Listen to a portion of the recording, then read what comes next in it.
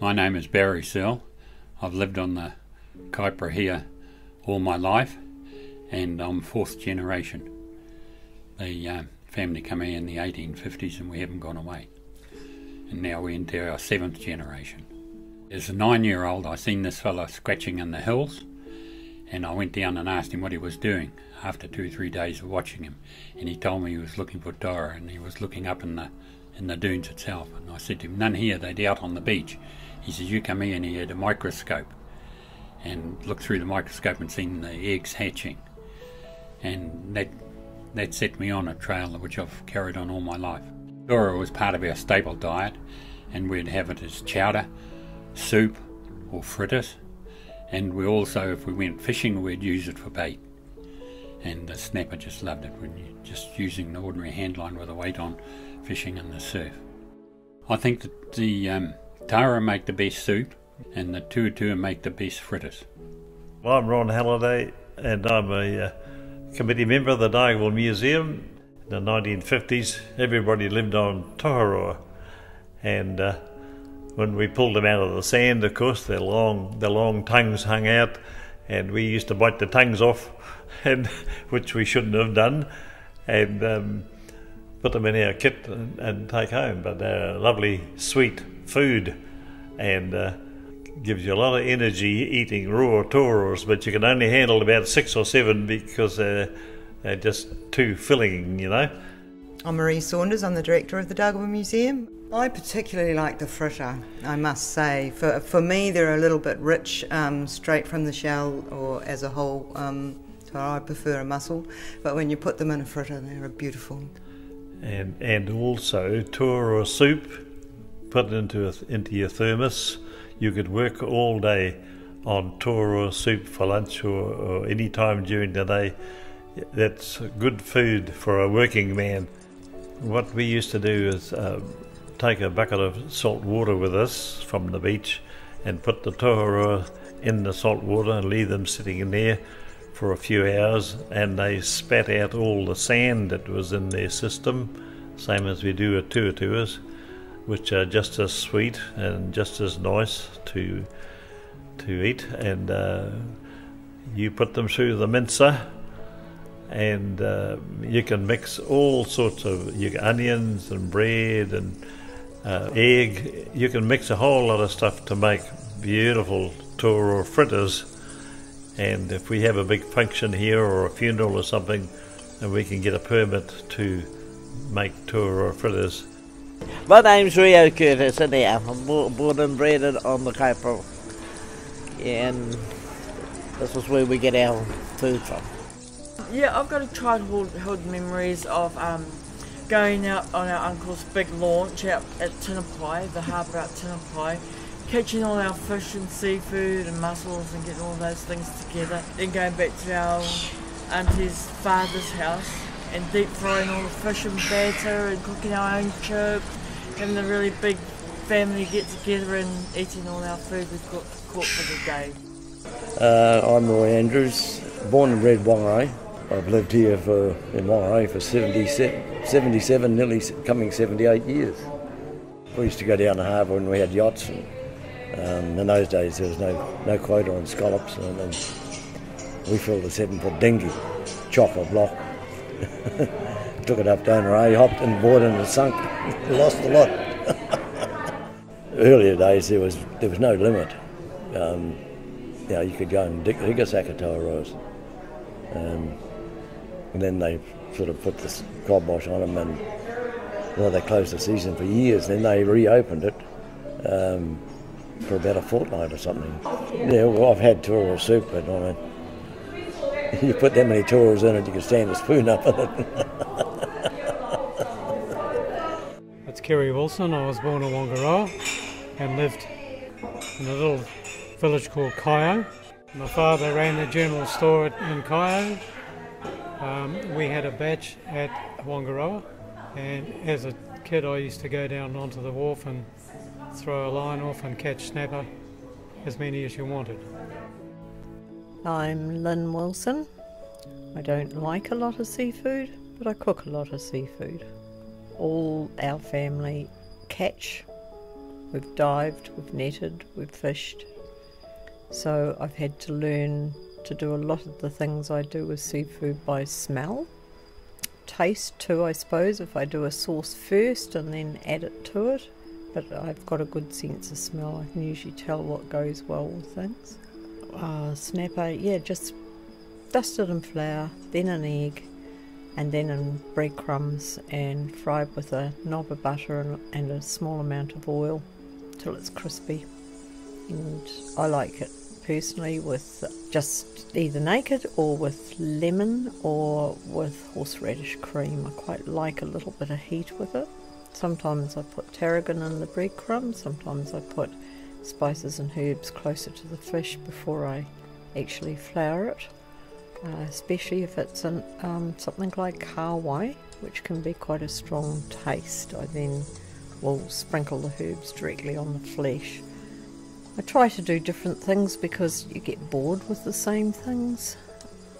I try to think of flavours that will go together, and if you're cooking something like pipi fritters or mussel fritters, the star of the show has to be the mussel or the pipi. So keep everything else around it complementary and milder, and try and think of things that emphasise flavours and bring out flavours. I've also done things over the years like I make my fish pie isn't necessarily only with smoked fish, but they might have a piece of fish left and a couple of prawns and a couple of scallops, and all left over at the end of a weekend's fishing adventure. They in a nice white sauce with a bit of cream and a bit of white wine, some parsley, topped off with mashed softened kumara, things like that make a delicious fish pie. My name is Mike Pellegrom. I was brought to New Zealand when I was 5 years old, born in 1951, living in beautiful Northland, on the water. It was 1 year ago today that we pulled a marlin into my boat, brought it home, and I have a smoker at the bottom of my garden. I contacted my brother-in-law, who was a fish smoker for the Bay of Islands Swordfish Club for maybe 15 years. Asked him what the recipe was for smoking, because he was very successful, and he said, cut it up, Mike, just like we used to, because I used to help him. He said, just before you're going to do anything, put a little bit of salt on it. Salt's only on it for about a minute, then just dunk it in a bit of fresh water and put it on the tray and let it form a skin. Put it in the smoker, and it was very, very successful. The last cannery I was involved in was the Toheroa cannery. That's where the actual canning factory's burnt down now. But I actually worked the beach with the scientist and a driver, and sort of worked out where the boys were to dig each day. The cannery, most of the cannery was used in New Zealand, but the biggest majority of it was exported to places like France.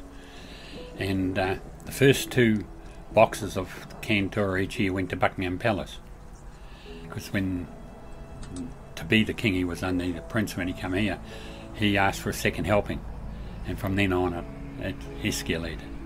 And nowadays, the main soup made in our area is the kumara soup, and that makes it, since I've got into the Beauregard kumara, it makes absolutely wonderful soup.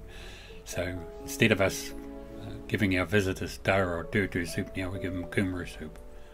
Mum and us, we'd go down and she'd have the spade and an old pram without the hood, and we'd get that and take them home, and Mum would always have bacon and fried toheroa, and that was lovely. And she would split the gut part of the toheroa and open it out like a butterfly, and salt and pepper and flour and the bacon, and then it's cooked in fat, of course, not in the oil, and she'd cook the toheroa in the bacon, and it was yummy. The tara soup that was actually made in the cannery was used from fish stock, and then had the tara added to it, minced and added to it. With our own recipe is pretty simple. You chop up an onion, put the tuheroa tara in with it, minced, and bring it to the boil, add a bit of curry, and then add a tin of coconut cream, and then just finish off with a little bit of milk. And it's as simple as that. Some people put a bit of butter in it, but that's optional. That's for the soup, and that makes a lovely soup. Fritter is once again pretty simple. You mince an onion or put it in the whiz an onion, then whiz the shellfish in with the onion, add a bit of curry at that stage and an egg, and then put it out into a bowl, mix it all, make sure it's well mixed together, and add self-raising flour to it to just make it thick enough, and then fry it in vegetable oil. It's as simple as that. See, we were brought up where, with not much in the way of food, but the beach fed us with both fish, and I'd often even come home from school and Mum would say, nothing for tea, you'll have to go and get something from the beach. And so if you couldn't catch a fish, you took some toheroa home, and that was our staple food. That's always taught me to respect the beach and sort of try and with the research and the work that I've done on the beach, I've tried to do it for the next generation, so there's something for them, and that's lead the way through. Now we've been lucky, we've got the Toheroa in good supply at the beach, and the kumara, and the kumara soup is absolutely an exceptional soup. I was going through old cookbooks with family recently, and granddaughter said, "But Nana, how do you know what to do? There's no method in this recipe."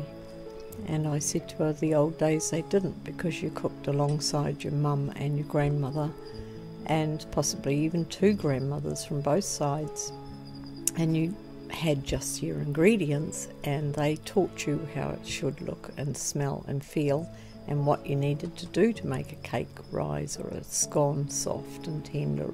Being in the kitchen has always been the hub of family life, and to prepare food for those you love is a real honour and a privilege, and it brings family together.